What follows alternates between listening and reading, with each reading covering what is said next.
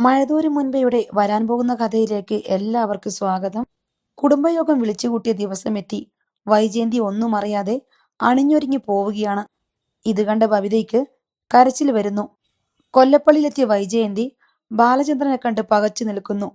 ഇത്രയുമാണ് കഴിഞ്ഞ കഥയിൽ നമ്മൾ കേട്ടത്. അടുത്ത കഥയിലേക്ക് പോകുന്നതിന് മുൻപായി ചാനൽ ഇതുവരെ സബ്സ്ക്രൈബ് ചെയ്യാത്തവരുണ്ടെങ്കിൽ സബ്സ്ക്രൈബ് ചെയ്യാനും ലൈക്ക് ചെയ്യാനും കമന്റ് ചെയ്യാനും മറക്കരുത്. നാരങ്ങാനീരും തേനും ചേർത്ത ജ്യൂസ് ഇന്ന് ടാനിയാണ് സ്റ്റാൻലിയുടെ റൂമിൽ എത്തിച്ചു കൊടുത്തത്. എല്ലാ ദിവസവും അത് തയ്യാറാക്കി കൊടുത്തിരുന്നത് അലീനയായിരുന്നു. അവളെവിടെ? സ്റ്റാൻലി തിരക്കി. റൂമിലിരിക്കുക പപ്പ. അവൾ വല്ലതും കഴിച്ചോ? ഇല്ല പപ്പ, ടാനിയ പറഞ്ഞു. ബ്രേക്ക്ഫാസ്റ്റ് കഴിക്കാൻ സ്റ്റാൻലി ചെന്നപ്പോൾ അലീന പിന്നീട് കഴിച്ചോളാമെന്ന് പറഞ്ഞ് ഒഴിഞ്ഞു മാറുകയായിരുന്നു. അവൾക്കിന്ന് എന്തു പറ്റി? പപ്പ മറന്നോ? ബബിതയുടെ അച്ഛനും അമ്മയും വീട്ടുകാരുമൊക്കെ ഒത്തുകൂടുന്ന മീറ്റിംഗാ ഇന്ന്. സ്റ്റാൻലി വാസ്തവത്തിൽ അത് മറന്നുപോയിരുന്നു. അലീന ചേച്ചി ഭയങ്കര ടെൻഷനില്ല. ഇന്ന് ഉപവാസമാണെന്ന് പറഞ്ഞു. സ്റ്റാൻലി എല്ലാം മനസ്സിലായ മട്ടിൽ തലയാട്ടി. ടാനിയ മുറിവിട്ടുപോയി. ബാലചന്ദ്രന്റെ ദിവസമാണിന്ന്. സ്റ്റാൻലി ഓർത്തു. ഒരുപക്ഷെ തന്റെ പേരും ആ കുടുംബ സദസ്സിൽ പലതവണ പരാമർശിക്കപ്പെട്ടേക്കാം. 24 വർഷം പഴക്കമുള്ള ചില നിഗൂഢതകൾ അനാവരണം ചെയ്യപ്പെടുകയാണിന്ന്. ആ കുടുംബ സദസ്സിന് മുന്നിൽ നിന്ന് ബാലചന്ദ്രൻ രഹസ്യങ്ങളുടെ മറ വെട്ടിപ്പൊളിക്കുമ്പോൾ ആരുടെയെല്ലാം മുഖംമൂടികളാണ് ഉരുകി വീഴാൻ പോകുന്നത്. 24 വർഷം അധികം ദൂരെയൊന്നുമല്ല. സുതാര്യമായ ഒരു ഇന്നലെയുടെ തിരശ്ശീലയ്ക്കപ്പുറത്ത് ഈറൻ നിലാവിന്റെ സാന്ദ്രഭംഗിയിൽ സ്വപ്ന സാദൃശ്യമായ രംഗപടങ്ങൾ വീണ്ടും വീണ്ടും കാണാം. പരസ്പരം ആകൃഷ്ടരായ യുവാവും യുവതിയും. അവർ ഇഷ്ടം കൂടുന്നു. കൈകോർത്ത് പിടിച്ച് ആൾക്കൂട്ടത്തിനിടയിലൂടെ മുന്നേറുന്നു. പ്രണയസല്ലാപത്തിന്റെ പൂക്കുടന്നകളുമായി ഏകാന്തതകളിൽ ചെന്നിരുന്ന് സ്നേഹിക്കുന്നു. ഇതെല്ലാം പ്രകൃതി നിയമമാണ്. ഇതെല്ലാം യുഗാന്തരങ്ങളായി സംഭവിച്ചുകൊണ്ടിരിക്കുകയാണ്. അനേക കോടി കമിതാക്കൾ മരിച്ചു മണ്ണടിഞ്ഞു പോയി. ഇനിയും അനേക കോടികൾ പ്രണയിച്ചും കലഹിച്ചും മണ്ണോട് മണ്ണ് ചേരാനിരിക്കുന്നു. ഇതിനിടയിൽ ഒരു പ്രണയഭംഗത്തിനും തൽസംബന്ധിയായ ദുരിതങ്ങൾക്കും എന്തു പ്രസക്തി? അതിന്മേൽ നടക്കാൻ പോകുന്ന വിചാരണയും വിധിയും എന്തു ബീഭത്സം! കൊല്ലപ്പള്ളി കൈതക്കൽ മാളിക വീട്ടിലെ ഏതെങ്കിലും ഒരു മുറിയിൽ അവരെല്ലാം ഇപ്പോൾ ഒത്തുകൂടിയിട്ടുണ്ടാകുമെന്ന് സ്റ്റാൻലി ഊഹിച്ചു. അയാളത് മനക്കണ്ണിൽ കണ്ടു. 5000-ഓ 10,000-ഓ വർഷം മുൻപ് നടന്നിട്ടുണ്ടായേക്കാവുന്ന ഏതോ അസംബന്ധമായ നാടകത്തിന്റെ പുനരാവിഷ്കാരം പോലെ. മനുഷ്യൻ ആ പേരിനർഹമായ വിധം മനുഷ്യനായി ഉയരാൻ ഇനിയും എത്രയായിരം സംവത്സരങ്ങൾ വേണ്ടിവരും? സ്ത്രീയും പുരുഷനും അവരുടെ ഹൃദയവികാരങ്ങൾക്ക് അപ്രകാരം സ്നേഹം പങ്കിട്ടതിന്റെ പേരിൽ നിന്ദിക്കപ്പെടുകയും ശിക്ഷിക്കപ്പെടുകയും കുറ്റബോധത്താൽ നീറുകയും ചെയ്ത കാലഘട്ടങ്ങൾ മാനവരാശിയുടെ കറുത്ത അധ്യായങ്ങളെന്ന് തിരുത്തിയെഴുതാൻ ഇനിയും എത്ര യുഗങ്ങൾ താണ്ടണം? വിശേഷബുദ്ധിയുള്ള ഈ പരിഷ്കൃത മൃഗം. സ്റ്റാൻലി അസ്വസ്ഥനായി എഴുന്നേറ്റു. അയാൾ കോറിഡോറിലൂടെ നടന്നു. അലീനയുടെ വാതിൽ ചാരിയിരിക്കുകയായിരുന്നു. സ്റ്റാൻലി അത് പതിയെ തുറന്നു. അലമാരയുടെ പാളികൾ തുറന്നു വച്ച് അതിനു മുന്നിൽ നിൽക്കുകയാണ് അലീന. കാലൊച്ച കേട്ട് അവൾ മുഖം തിരിച്ചു നോക്കി. അവൾ പ്രാർത്ഥനയിലായിരുന്നുവെന്ന് സ്റ്റാൻലിക്ക് മനസ്സിലായി. കൈ കൂപ്പിയിട്ടുണ്ട്. അലമാരയിൽ അവളുടെ യേശു. സ്റ്റാൻലി അവളുടെ അടുത്തേക്ക് ചെന്നു. അലീന പുഞ്ചിരിക്കാൻ ശ്രമിച്ചെങ്കിലും അവളുടെ മിഴികളിൽ സങ്കടം പിടഞ്ഞു നീന്തി. ഞാൻ പ്രാർത്ഥിക്കുകയായിരുന്നു പപ്പ, അമ്മയ്ക്ക് ധൈര്യം കിട്ടണേന്ന്. അലീന വിതുമ്പിക്കൊണ്ട് അയാളുടെ തോളിലേക്ക് മുഖമർപ്പിച്ചു. സാരമില്ല, അവിടെ സംഭവിക്കാനുള്ളത് എന്തായാലും സംഭവിക്കും. നീ ഇവിടെ ഇരുന്ന് ടെൻഷൻ അടിച്ചിട്ട് എന്തു കാര്യം? ഞാനല്ലേ പപ്പ എല്ലാറ്റിനും കാരണം. ആണോ? നീയാണോ? നിനക്ക് ചിന്താശേഷി ഉണ്ടല്ലോ, ആലോചിച്ചു നോക്ക്. അയാൾ ഇടത് കൈ അവളുടെ പുറത്തു ചുറ്റി ഒന്ന് ചേർത്ത് പിടിച്ചിട്ട് പറഞ്ഞു. അവൾക്ക് സ്വന്തം കുഞ്ഞിനെ തിരിച്ചറിയാൻ ദൈവം ഇങ്ങനെയായിരിക്കും ഒരു സാഹചര്യം ഒരുക്കി കൊടുക്കുന്നത്. അത് നടക്കട്ടെ. സ്റ്റാൻലിയുടെ സാന്ത്വന വാക്കുകൾ അവൾക്ക് അല്പം ആശ്വാസം പകർന്നു. മൊബൈൽ ഫോണുമായി ടെറസിലേക്ക് പോയ മനുശങ്കർ പെട്ടെന്ന് തന്നെ തിരിച്ചു വന്നു. ബബിത അവന്റെ മുഖത്തേക്ക് ഉദ്വേഗത്തോടെ നോക്കി. അലീനയായിരുന്നു. അവൻ പറഞ്ഞു, ഇവിടെ എന്തായെന്നറിയാൻ വേണ്ടിയാ. ബബിത പ്രകമ്പിതയായി ഇരിക്കുകയാണ്. കൂടെ കൂടെ നഖം കടിക്കുന്നുണ്ട്. ഇടയ്ക്ക് ഓരോ ദീർഘനിശ്വാസം. എനിക്ക് വയ്യ ഇത്രയും ടെൻഷൻ താങ്ങാൻ, അവൾ ഞെരിപിരി കൊണ്ടിട്ടെന്ന പോലെ പറഞ്ഞു. രോഹിത് ഇടയ്ക്കിടെ ഹാളിൽ പോയി നോക്കുകയും തിരിച്ചു വരികയും ചെയ്യുന്നുണ്ട്. അവിടെ എല്ലാവർക്കും ചായ കൊടുക്കുക, അവൻ പറഞ്ഞു. അമ്മ എന്തു ചെയ്യുന്നു? ബബിത ചോദിച്ചു. അമ്മ അല്പം പിൻവലിഞ്ഞു നിൽക്കുക. അമ്മയ്ക്കെന്തോ പന്തികേട് തോന്നിയിട്ടുണ്ട്. അച്ഛനെ കൂടി കണ്ടതുകൊണ്ടായിരിക്കും. മനുശങ്കറിന്റെ മുറിയിലാണ് 3 പേരും. രോഹിത് വീണ്ടും പുറത്തേക്ക് പോയി. 2-3 മിനിറ്റ് കഴിഞ്ഞപ്പോൾ തിരിച്ചു വന്നു. എല്ലാവരെയും വിളിക്കുന്നു, അങ്ങോട്ട് ചെല്ലാൻ, അവൻ ഉദ്വേഗഭരിതനായി പറഞ്ഞു. ഈശ്വരാ, ബബിത നെഞ്ചിൽ കൈവച്ചു. അവർ ഹാളിലേക്ക് ചെന്നു. അപ്പോഴേക്കും അതിഥികളിൽ മിക്കവരും ഹാളിലെ കസേരകളിലും സോഫയിലും മറ്റുമായി ഇരിപ്പുറപ്പിച്ചു കഴിഞ്ഞു. ഡൈനിങ് റൂമിലെയും സിറ്റൗട്ടിലെയും കസേരകൾ കൂടി ഹാളിലേക്ക് എടുത്തിട്ടിട്ടുണ്ട്. എന്നിട്ടും കമലയ്ക്കും ബബിതയ്ക്കും രഞ്ജിനിക്കും കൃഷ്ണയ്ക്കുമൊന്നും ഇരിക്കാൻ ഇരിപ്പിടമുണ്ടായില്ല. വൈജയന്തിക്ക് വേണ്ടി ഒരു കസേര ഒഴിച്ചിട്ടിരുന്നു. അതിനു സമീപം ചെന്ന് ചുമരിൽ ചാരി ബബിത നിലകൊണ്ടു. മനുശങ്കറും രോഹിത്തും ഹരിശങ്കറുമെല്ലാം ജനൽപ്പടിയിൽ ഇരുന്നു. മാലതി സോഫയിൽ ഞെരുങ്ങിയിരുന്ന് ഇടയുണ്ടാക്കി. കമലയെ കൂടി ഇരിക്കാൻ വിളിച്ചു. കമല കണ്ണടച്ച് കാണിച്ചു. വൈജയന്തി ഊൺമുറിയുടെ വാതുക്കൽ കമലയുടെ സമീപം നിൽക്കുകയായിരുന്നു. ശിവേട്ട, അമ്മയെ കൂടി വിളിച്ച് ഇവിടെ ഇരുത്തണം, ബാലചന്ദ്രൻ പറഞ്ഞു. ശിവശങ്കരൻ കണ്ണു കാണിച്ചപ്പോൾ മനുശങ്കരൻ രോഹിത്തും കൂടി പോയി സൗദാമിനി അമ്മയെ താങ്ങിപ്പിടിച്ച് കൊണ്ടുവന്നു. രഞ്ജിനി എവിടെ നിന്നോ ഒരു പ്ലാസ്റ്റിക് കസേര എടുത്തുകൊണ്ടുവന്ന് അതിൽ സൗദാമിനി അമ്മയെ ഇരുത്തി. ജയന്തി എന്താ മാറി നിൽക്കുന്നേ? ഇവിടെ വന്നിരിക്ക്, ഗംഗാധരൻ പറഞ്ഞു. ഞാൻ എവിടെ നിന്നാലെന്താ? വൈജയന്തി ചോദിച്ചു. അത് പറ്റില്ല, ആ വാതിൽ അടയ്ക്കണം. വൈജയന്തി വാതിൽ കടന്ന് അകത്തേക്ക് കയറി. ആ കസേരയിലോട്ട് ഇരിക്കു വൈജയ്. വേണ്ട, ഞാനിവിടെ നിന്നോളാം, എനിക്കതാ സൗകര്യം. ബബിതയുടെ സമീപം വൈജയന്തി നിലയുറപ്പിച്ചു. ബാലേട്ടനെതിരെ താൻ ഫാമിലി കോർട്ടിൽ നടത്തിക്കൊണ്ടിരിക്കുന്ന വിവാഹമോചന കേസായിരിക്കും ഈ യോഗത്തിലെ പ്രധാന ചർച്ചാ വിഷയമെന്ന് വൈജയന്തി ഇതിനകം ഊഹിച്ചെടുത്തു കഴിഞ്ഞിരുന്നു. പക്ഷേ എന്തിനാണ് അടുത്ത ബന്ധുക്കളെല്ലാം വിളിച്ചുകൂട്ടിയിരിക്കുന്നതെന്ന് മാത്രം അവൾക്ക് മനസ്സിലായില്ല. ഒരുപക്ഷെ കേസ് ഇവിടെ വെച്ച് തന്നെ ഒത്തുതീർപ്പാക്കാനായിരിക്കുമെന്ന് തോന്നി. കേസ് പിൻവലിക്കാൻ തന്റെ മേൽ കടുത്ത സമ്മർദ്ദമുണ്ടായേക്കാം. ഗംഗേട്ടന്റെ ഉത്സാഹത്തിലായിരിക്കാം ഈ കാര്യങ്ങളെല്ലാം നടന്നിരിക്കുന്നതെന്നും വൈജയന്തി വിചാരിച്ചു. സകലതിനെയും പ്രതിരോധിക്കാൻ എന്ന പോലെ വൈജയന്തി മാറിൽ കൈകെട്ടി ഭിത്തിയിലേക്ക് പുറഞ്ചാരി നിന്നു. വൈജയന്തിയുടെ കസേര ഒഴിഞ്ഞു തന്നെ കിടന്നു.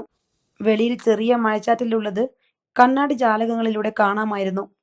ഇതെന്തിനാണ് ഇവിടെ എല്ലാവരെയും വിളിച്ചു കൂട്ടിയതെന്ന് ഇതുവരെ ആരും പറഞ്ഞില്ല? തിരുവനന്തപുരത്ത് നിന്ന് വന്ന ശ്രീകുമാർ ചോദിച്ചു. രാവുണ്ണിമേനോന്റെ മക്കളിൽ ഇളയവനാണ് ശ്രീകുമാർ. ബാലചന്ദ്രൻ ആവശ്യപ്പെട്ടിട്ടാണ് ഇവിടിപ്പം ഇങ്ങനൊരു ഒത്തുകൂടൽ വേണ്ടി വന്നത്. ശിവശങ്കരൻ പറഞ്ഞതോടെ എല്ലാവരുടെയും ശ്രദ്ധ ബാലചന്ദ്രന്റെ മേലിലായി. ശരിയാണ്, അയാൾ കണ്ണടയെടുത്ത് കയ്യിൽ പിടിച്ച് പ്രത്യേകിച്ച് ആരെയും നോക്കാതെ പറഞ്ഞു. എനിക്ക് ചില കാര്യങ്ങൾ നിങ്ങളോട് പറയാനുണ്ട്. വളരെ മുൻപേ പറയേണ്ടതായിരുന്നു, പക്ഷേ ഇപ്പോഴാണ് സമയവും സന്ദർഭവും ഒത്തുവന്നത്. മനുശങ്കറും ബബിതയും രോഹിത്തും ബാലചന്ദ്രന്റെ മുഖത്തേക്ക് നോക്കി വീർപ്പടക്കി നിന്നു. ബാലചന്ദ്രൻ സംസാരിക്കാൻ ആരംഭിച്ചു. വൈജയന്തി എനിക്കെതിരെ ഫാമിലി കോർട്ടിൽ ഡിവോഴ്സിന് കേസ് കൊടുത്തിരിക്കുന്ന വിവരം നിങ്ങൾക്കെല്ലാവർക്കും അറിയാമെന്നാണ് എൻ്റെ വിശ്വാസം. അറിയാത്തവർ ആരെങ്കിലും ഉണ്ടെങ്കിൽ ഇപ്പോഴറിയുക. ഞങ്ങളുടെ വിവാഹത്തിൽ സംബന്ധിച്ചവരാണ് ഇവിടെ കൂടിയിരിക്കുന്നവരിൽ അധിക പേരും. ബാലചന്ദ്രനാണ് ഈ കുടുംബയോഗത്തിന്റെ സൂത്രധാരനെന്നും സ്വന്തം ഭാഗം ന്യായീകരിക്കുകയാണ് ലക്ഷ്യമെന്നും കണ്ടതോടെ വൈജയന്തി യുദ്ധസന്നദ്ധയായി. എന്തുകൊണ്ടാണ് ഞാൻ ഡിവോഴ്സിന് പോയതെന്ന് കൂടി എല്ലാവരും അറിയണം, അവൾ പറഞ്ഞു. നീ ഇപ്പോൾ സംസാരിക്കരുത്, ബാലചന്ദ്രൻ വൈജയന്തിയോട് പറഞ്ഞു. നിനക്ക് സംസാരിക്കാൻ അവസരം കിട്ടും, അപ്പോൾ സംസാരിക്കാതിരിക്കുകയും ചെയ്യരുത്. അനന്തരം ബാലചന്ദ്രൻ മറ്റുള്ളവരെ നോക്കി. നിങ്ങൾക്കെല്ലാവർക്കും അറിയാം, 22.5 വർഷം മുൻപായിരുന്നു ഞങ്ങൾ തമ്മിലുള്ള വിവാഹം. ഞാൻ മുൻകൈയെടുത്ത് ഇങ്ങോട്ട് ആലോചിച്ചു വന്ന കല്യാണമായിരുന്നു. എങ്കിലും ഞാൻ നിർബന്ധിച്ചതുകൊണ്ടോ എൻ്റെ മാത്രം താല്പര്യത്തിനോ അല്ല ഈ കല്യാണം നടന്നത്. അങ്ങനെ ഒരാളുടെ മാത്രം താല്പര്യത്തിൽ കല്യാണം നടത്താൻ സാധ്യമല്ലെന്ന് നിങ്ങൾക്ക് എല്ലാവർക്കും അറിയാം. വൈജയന്തിയെ കല്യാണം കഴിക്കുന്നതിൽ എനിക്കുണ്ടായിരുന്ന ഏക താല്പര്യം ഞാൻ എൻ്റെ ചെറിയ പ്രായത്തിൽ തന്നെ അവളെ ഇഷ്ടപ്പെട്ടിരുന്നു എന്നതാണ്. അതൊക്കെ ഇവിടെ പലർക്കും അറിയാവുന്ന കഥയായതുകൊണ്ട് ഞാനത് വീണ്ടും ആവർത്തിക്കുന്നില്ല. സോഫകളിലും കസേരകളിലും ഇരുന്ന ചിലർ അതെന്തു കഥ എന്ന മട്ടിൽ പരസ്പരം നോക്കി. വിവാഹം കഴിഞ്ഞ ശേഷം ജയന്തി എന്നോട് ആദ്യമായി പറഞ്ഞ ഒരു കാര്യം അവൾക്ക് ഈ കല്യാണത്തിൽ യാതൊരു താല്പര്യവും ഇല്ലായിരുന്നു എന്നാണ്. താലികെട്ട് കഴിഞ്ഞ ശേഷം ഒരു ഭാര്യ ഭർത്താവിനോട് അങ്ങനെ പറയാൻ പാടില്ലാത്തതാണ്. പിന്നീടും പലതവണ അത് ആവർത്തിച്ചു. അങ്ങനെ പറയുന്നതിൽ അവൾക്കൊരു സുഖമുണ്ടെന്ന് എനിക്ക് തോന്നിയിട്ടുണ്ട്. കൈ നിവർത്ത് അവളുടെ ചെവിക്കുറ്റിക്ക് ഒരെണ്ണം കൊടുക്കാമായിരുന്നില്ലേ? രാമപുരത്ത് നിന്ന് വന്ന ശ്രീധരമേനോൻ ചോദിച്ചു. വൈജയന്തിയുടെ കൊച്ചച്ഛനാണ് ആൾ. അവൾക്ക് താല്പര്യമില്ലായിരുന്നു എന്നതാണ് സത്യം. അടികൊടുത്താൽ താല്പര്യമുണ്ടാകുമോ? എന്നെ വിവാഹം കഴിക്കാൻ സമ്മതിച്ചതും എൻ്റെ ഭാര്യയായിട്ട് ജീവിക്കുന്നതും എന്നോട് കാട്ടുന്ന വലിയ സൗജന്യമായിട്ടാണ് അവൾ കരുതി പോന്നത്.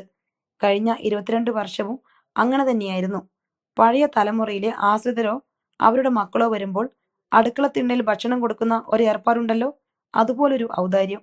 എൻ്റെ അച്ഛനും മുത്തച്ഛനും ഒരു കാലത്ത് ഈ തറവാട്ടിലെ ആശ്രിതരായിരുന്നിട്ടുണ്ട്. അതുകൊണ്ട് തന്നെ ആ ഒരു അഹന്തയും തന്നിഷ്ടവും ഞാൻ കഴിഞ്ഞ 22 വർഷവും വകവെച്ചു കൊടുത്തിട്ടുമുണ്ട്. അത് അവളുടെ പ്രകൃതമാണെന്ന് ഞാൻ ധരിച്ചു. ബാലചന്ദ്രൻ ഒന്ന് നിർത്തി.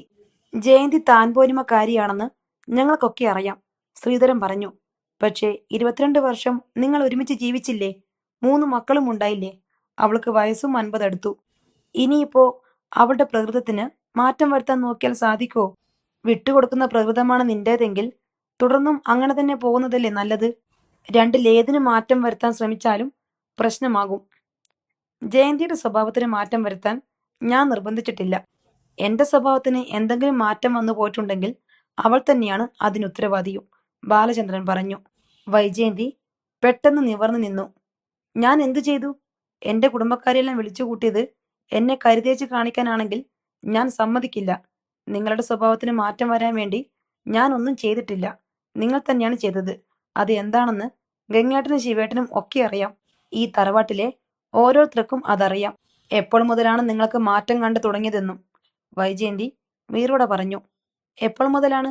വൈജയന്തിയുടെ അമ്മാവനായ ഗോപിനാഥ മേനോൻ ചോദിച്ചു. കഴിഞ്ഞ വർഷം അമ്മാവ. അമ്മയെ നോക്കാൻ വേണ്ടി ഒരു വീട്ടുവേലക്കാരി വന്നു, കടപ്പാട്ടൂരിൽ. ചെറുപ്പക്കാരി. അവളെ കണ്ട ശേഷം ഇങ്ങനെയുടെ സ്വഭാവം മാറി. പിന്നെ അവൾ മതി. അവൾ വിളമ്പി കൊടുക്കണം, അവൾ കിടക്ക് വിരിക്കണം, അവൾ മരുന്നെടുത്ത് കൊടുക്കണം, അവൾ ശുശ്രൂഷിക്കണം. ലോകത്ത് ഏതെങ്കിലും ഒരു ഭാര്യ ഇത് അംഗീകരിച്ചു കൊടുക്കുമോ? വൈജയന്തി മൊത്തത്തിൽ എല്ലാവരെയും നോക്കി. അനുകൂല ഭാവത്തിലാണ് കേൾവിക്കാർ. അവൾ തുടർന്നു. മാസങ്ങളോളം ഞാനിത് സഹിച്ചു. ഈ മനുഷ്യന് സ്വന്തം മക്കളോടില്ലാത്ത അലിവും സ്നേഹവും അവളോട്. അവളെ സിനിമയ്ക്ക് കൊണ്ടുപോകുന്നു, അവൾക്ക് ഹോട്ടലിൽ നിന്ന് ഭക്ഷണം വാങ്ങിക്കൊടുക്കുന്നു, ഡ്രസ്സ് വാങ്ങിക്കൊടുക്കുന്നു, സ്വർണം വാങ്ങിക്കൊടുക്കുന്നു. അവൾ കരയുമ്പോൾ ആശ്വസിപ്പിക്കുന്നു. എവിടെ നടക്കും ഇതൊക്കെ? നീ പറയുന്നതൊക്കെ സത്യമാണോ ജയന്തി? ശ്രീധരമേനോന്റെ ഭാര്യ ഭാനുമതി അമ്മ ചോദിച്ചു.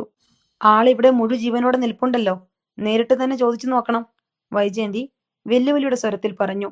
അവൾ പറയുന്നതൊക്കെ സത്യമാണോ ബാലേന്ദ്ര? ശ്രീധരമേനോൻ ചോദിച്ചു. വളരെ ശരിയാണ്, ബാലചന്ദ്രൻ പ്രതിവചിച്ചു. അതുമാത്രമല്ല കൊച്ചച്ച, ഇപ്പോൾ തന്റെ കളത്തിലാണ് പന്ത് എന്ന് വൈജയന്തിക്ക് മനസ്സിലായി. ബാലേട്ടൻ വീട്ടിൽ തന്നെ ഒരു സെപ്പറേഷൻ നടത്തി. ഒറ്റയ്ക്കായി താമസം. ആ റൂമിൽ ബാലേട്ടനെയും അവളെയും അരുതാത്ത സാഹചര്യത്തിൽ ഞാൻ കണ്ടിട്ടുണ്ട്. എന്നെ വേണ്ടതായത് വെറുതെയൊന്നുമല്ല എന്ന് അന്നെനിക്ക് തീർച്ചപ്പെട്ടു. അവളെ ഇനി ആ വീട്ടിൽ വച്ചു കുറിപ്പിക്കാൻ പറ്റില്ലെന്ന് ഞാൻ തീർത്തു പറഞ്ഞു. പക്ഷേ ബാലേട്ടൻ അവളെ പറഞ്ഞയക്കാൻ തയ്യാറായില്ല. അപ്പോഴേ ഞാൻ തീരുമാനിച്ചു, രണ്ടിലൊരാൾ മതി ഇനി. ഒന്നുകിൽ ഞാൻ, അല്ലെങ്കിൽ അവൾ. ബാലേട്ടന് അവൾ മതിയെന്ന് പറഞ്ഞു. അതുകൊണ്ടാ ഞാൻ ആ വീട്ടിൽ നിന്ന് ഇറങ്ങിപ്പോന്ന സാഹചര്യം. ഏതു ഭാര്യക്കാണ് ഇതൊക്കെ സഹിക്കാൻ കഴിയുക? ഇതിലെവിടെയാണ് ന്യായം? എനിക്ക് ഇങ്ങനെയൊരു ഭർത്താവിന് വേണ്ട.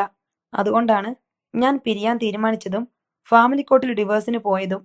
വൈജയന്തി തന്റെ ഭാഗം ഭംഗിയാക്കിയെന്ന സംതൃപ്തിയോടെ നിർത്തി. ഇതിലെന്തെങ്കിലും വാസ്തവമുണ്ടോ ബാലചന്ദ്ര? ഗോപിനാഥ മേനോൻ ചോദിച്ചു.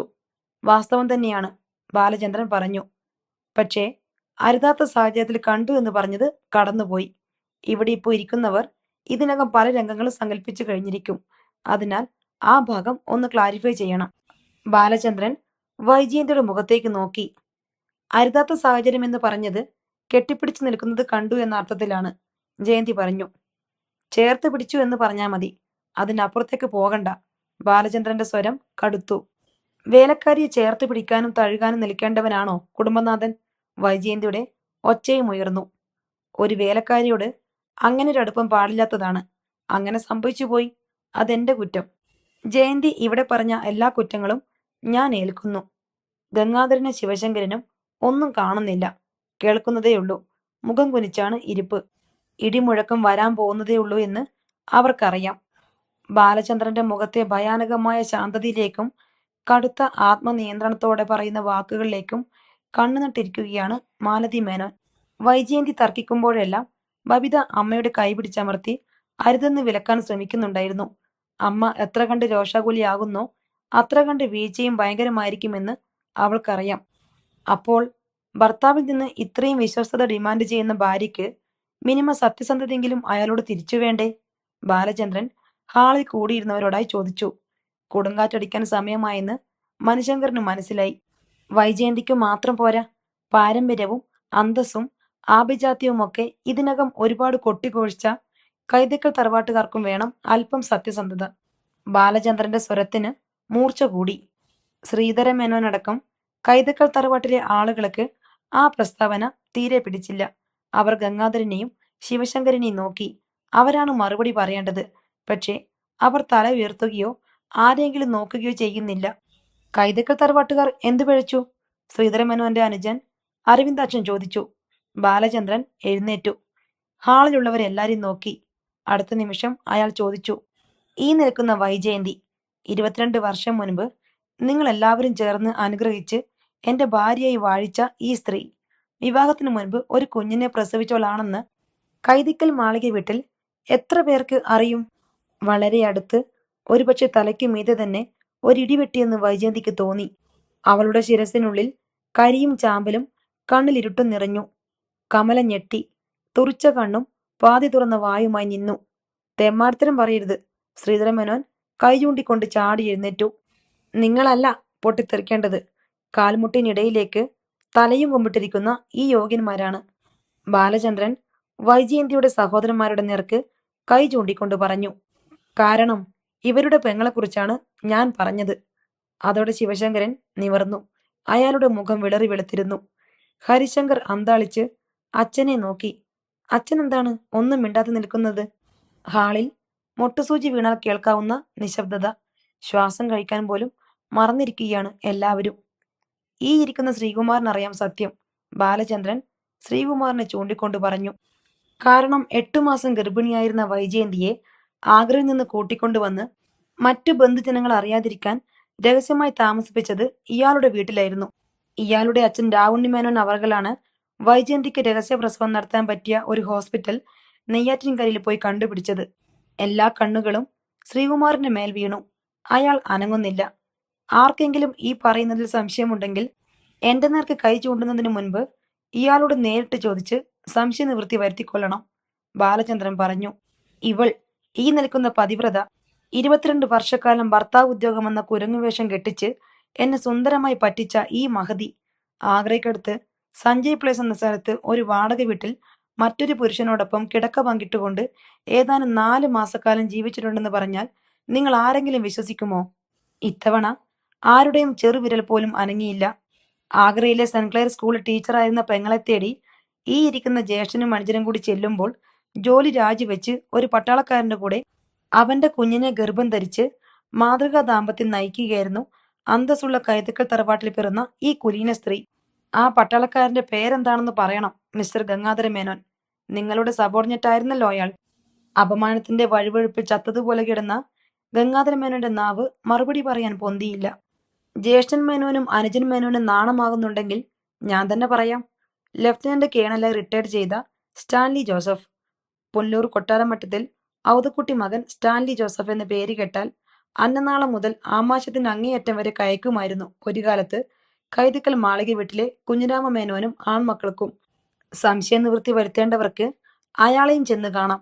കുളത്തുപുഴ എന്ന സ്ഥലത്ത്. അയാൾ ഇപ്പോഴും ജീവിച്ചിരിപ്പുണ്ട്. കൃഷ്ണജ ശ്വാസം എടുത്ത് ബബിതയും രോഹിത്തിനെയും നോക്കി. പിന്നെ അവളുടെ അമ്മയെയും. സ്റ്റാൻലി പപ്പയെക്കുറിച്ച് ഒരിക്കൽ ബബിതേച്ചി പറഞ്ഞപ്പോൾ നമ്മുടെ അമ്മയും ആഗ്രയിലായിരുന്നല്ലോ എന്നും സ്റ്റാൻലി പപ്പ സ്നേഹിച്ച പെണ്ണ് നമ്മുടെ അമ്മയെങ്ങാനുമാണോ എന്നും കളിതമാശയായി താൻ ചോദിച്ചതോർത്ത് അവൾ കുളിർന്നു വിറച്ചു. ബബിതേച്ചി അമ്മയുടെ മുഖത്തേക്ക് ദയനീയമായി നോക്കിക്കൊണ്ടിരിക്കുന്നത് അവൾ കണ്ടു. രോഹിയേട്ടന്റെ നോട്ടം അച്ഛനിലാണ്. മനുവേട്ടനാണെങ്കിൽ ആരുടെയും മുഖത്ത് നോക്കാതെയാണ് നിൽപ്പ്. ഈ സത്യങ്ങളെല്ലാം സമർത്ഥമായി മറച്ചു വെച്ചിട്ടാണ് പ്രതാപശാലിയും മാന്യനുമായ കൈതക്കൽ കാരണവർ കുഞ്ഞിരാമ മേനോനും യോഗ്യന്മാരായ ആൺമക്കളും കൂടി കാപട്യത്തിൽ പൊതിഞ്ഞ ഈ സ്ത്രീയെ എനിക്ക് കല്യാണം കഴിച്ചു തന്നത്. ബാലചന്ദ്രൻ ധാർമ്മിക രോഷം അടങ്ങാതെ പറഞ്ഞുകൊണ്ടിരുന്നു. അതേ സ്ത്രീയാണ് വേശ്യയുടെ ചാരിത്ര പ്രസംഗം പോലെ അല്പം മുൻപ് എന്റെ വിശ്വസ്തതയെ സംശയിച്ച് സംസാരിച്ചതും അതിന്റെ പേരിൽ വിവാഹമോചനം നേടാൻ വേണ്ടി ഫാമിലി കോർട്ടിലെത്തി നിൽക്കുന്നതും. ഭിക്ഷക്കാരന്റെ പാത്രത്തിലേക്ക് വലിച്ചെറിയുന്ന നാണയത്തുട്ടുകളായിരുന്നു ഈ സ്ത്രീ എനിക്ക് തന്നുകൊണ്ടിരുന്ന ഭാര്യാധർമ്മം. ഇവൾ സ്നേഹിച്ച പുരുഷനെ ഇവളിൽ നിന്നും വേർപെടുത്തിയത് ഞാനല്ല. ഇവൾ പ്രസവിച്ച കുഞ്ഞിനെ ഇവളിൽ നിന്ന് തട്ടിയെടുത്തത് ഞാനല്ല. ഇവൾ കൊതിച്ച ജീവിതം പിടിച്ചു പറിച്ചതും ചതിച്ചതും ക്രൂരത കാണിച്ചതും ഞാനല്ല. പക്ഷേ അതിന്റെ എല്ലാം ശിക്ഷ അനുഭവിക്കേണ്ടി വന്നവൻ ഞാനാണ് നിന്ദിക്കപ്പെട്ടതും അവഹേളിക്കപ്പെട്ടതും. മറ്റാരോടൊക്കെയോ ഇവൾക്കുണ്ടായിരുന്ന പകയും വിദ്വേഷവും വെറുപ്പും മുഴുവൻ തിരിച്ചുവിട്ടത് എന്റെ നേർക്ക്. ബാലചന്ദ്രൻ മാനസികമായ ഉത്തേജനാധിക്യത്തിൽ കിതയ്ക്കുന്നുണ്ടായിരുന്നു. 24 വർഷം മുൻപ് സംഭവിച്ച ഒരു തെറ്റ് മറക്കാനും പൊറുക്കാനും കഴിയില്ലേ എന്ന് നിങ്ങളുടെയൊക്കെ ഉള്ളിൽ ഒരു ചോദ്യമുണ്ടാകാം. അതിനും ഞാൻ മറുപടി പറയുന്നു. മറക്കാനും പൊറുക്കാനും കഴിയുമായിരുന്നു. ഭാര്യ എന്ന നിലയിൽ ഒരല്പവിധേയത്വം അവൾക്ക് എന്നോടുണ്ടായിരുന്നുവെങ്കിൽ, തകർന്നു താഴെ കിടന്നവളെ കൈപിടിച്ചുയർത്തി ജീവിതം കൊടുത്തവൻ എന്ന നിലയിൽ ഒരല്പം നന്ദിയും കൂറും എന്നോട് കാണിച്ചിരുന്നെങ്കിൽ, അവളുടെ ഇഷ്ടാനിഷ്ടങ്ങൾക്ക് വില കൽപ്പിച്ചവൻ എന്ന നിലയിൽ ഒരല്പം സ്നേഹം എൻ്റെ അടുത്ത് പ്രകടിപ്പിച്ചിരുന്നെങ്കിൽ, പകരം ധാർഷ്ട്യവും അഹന്തയും പുച്ഛവും നിന്ദയുമാണ് അവൾ എനിക്ക് വിളമ്പിയത്. ഇപ്പോൾ ഞാനത് ഒട്ടും കുറയാതെ അതേ അളവിൽ അവൾക്ക് തിരിച്ചു കൊടുക്കുന്നു. ബാലചന്ദ്രൻ കിതപ്പാറാൻ എന്നോണം ഒരു നിമിഷം നിർത്തി, ദീർഘശ്വാസം എടുത്തു. എന്നിട്ട് വീണ്ടും തുടർന്നു. ഇത് പറയാൻ ഒരവസരം എന്നെങ്കിലും കിട്ടുമെന്ന് എനിക്കറിയാമായിരുന്നു. കഴിഞ്ഞ 1 വർഷമായി എൻ്റെ മനസ്സിൽ കിടന്ന് ഇത് തിളച്ചു മറിയുന്നുണ്ടായിരുന്നു. കോടതിയിൽ വച്ച് തന്നെ ഇത് പറയണമെന്ന് ഞാൻ ആഗ്രഹിച്ചു. പക്ഷേ അലീന വന്ന് അരുതേ എന്ന് അപേക്ഷിച്ചതുകൊണ്ട് മാത്രം ഞാനിത് ഒരു കുടുംബ സദസ്സിലേക്ക് ഒതുക്കുന്നു. അയാൾ വൈജയന്തിയെ നോക്കി. അവൾ ചുരുങ്ങി ചെറുതായി പോയിരിക്കുന്നുവെന്ന് അയാൾക്ക് തോന്നി. അവളുടെ മുഖത്ത് രക്തമയമില്ല. ആരുടെയെങ്കിലും കയ്യോ കാലോ തട്ടിയാൽ സഹസ്രാബ്ദങ്ങളുടെ പഴക്കമുള്ള മൺപ്രതിമ പോലെ അവൾ അടർന്നു വീണ് ധൂളികളായി തീരുമെന്ന് തോന്നി. ബാലചന്ദ്രൻ മെല്ലെ വാതിലിന് നേർക്ക് നീങ്ങി. ആഞ്ഞടിച്ചുകൊണ്ടിരുന്ന ചുഴലിക്കാറ്റ് അവസാനിച്ചുവെന്ന് ബബിത വിചാരിച്ചു. അച്ഛൻ പോവുകയാണ്. ബബിത അമ്മയുടെ കയ്യിൽ പിടിച്ചു. അത് വിറങ്ങലിച്ചിരുന്നു. ഭൂമി പിളർന്ന് വൈജയന്തി താണുപോയിരുന്നു. ശ്വാസം മാത്രമേ ഉള്ളൂ വെളിയിൽ. ഭൂമിക്കടിയിൽ ലോകപാളികൾ ഉരുകിത്തിളയ്ക്കുന്ന അഗ്നിലാവയ്ക്കുള്ളിൽ അവളുടെ കൈകാലുകളും ഉടലും ഹൃദയവും വെന്തുരുകിക്കൊണ്ടിരുന്നു. വീണ്ടും ബാലചന്ദ്രന്റെ ശബ്ദം അവൾ കേട്ടു. വാതിൽ കടന്നുപോയ ആൾ തിരിച്ചു വരികയാണ്. ഒരു കാര്യം കൂടി എനിക്ക് പറയാനുണ്ട്. നിന്നോട് ഇത്തിരി സഹതാപം അവശേഷിക്കുന്നത് കൊണ്ട് മാത്രം ഞാൻ പറയുക. നെയ്യാറ്റിൻകരയിലെ ഹോസ്പിറ്റലിൽ വെച്ച് നീ പ്രസവിച്ച പെൺകുഞ്ഞ് മരിച്ചുപോയി എന്ന് നിന്നെ വിശ്വസിപ്പിച്ച ഈ ചണ്ടാളന്മാരുടെ തനിനിറം 24 കൊല്ലത്തിന് ശേഷമെങ്കിലും നീ തിരിച്ചറിയണം. നീ പ്രസവിച്ച മകൾ ജീവിച്ചിരിക്കുന്നു, ഇപ്പോഴും. അഗ്നിപർവ്വതം ഉടഞ്ഞ് 8 ദിക്കിലും പൊട്ടിച്ചിതറി. വൈജയന്തി വീണ്ടും ഉരുകിത്തിളയ്ക്കുന്ന ലാവയുടെ സമുദ്രത്തിനു മീതെ പൊന്തി. ബാലചന്ദ്രൻ ഇനിയൊന്നും പറയാനില്ലാതെ പിന്തിരിഞ്ഞ് ഇറങ്ങി നടന്നു കഴിഞ്ഞിരുന്നു. ഇത്രയുമാണ് ഇന്നത്തെ കഥ. അടുത്ത കഥയുമായി വീണ്ടും വരാം. ബൈ.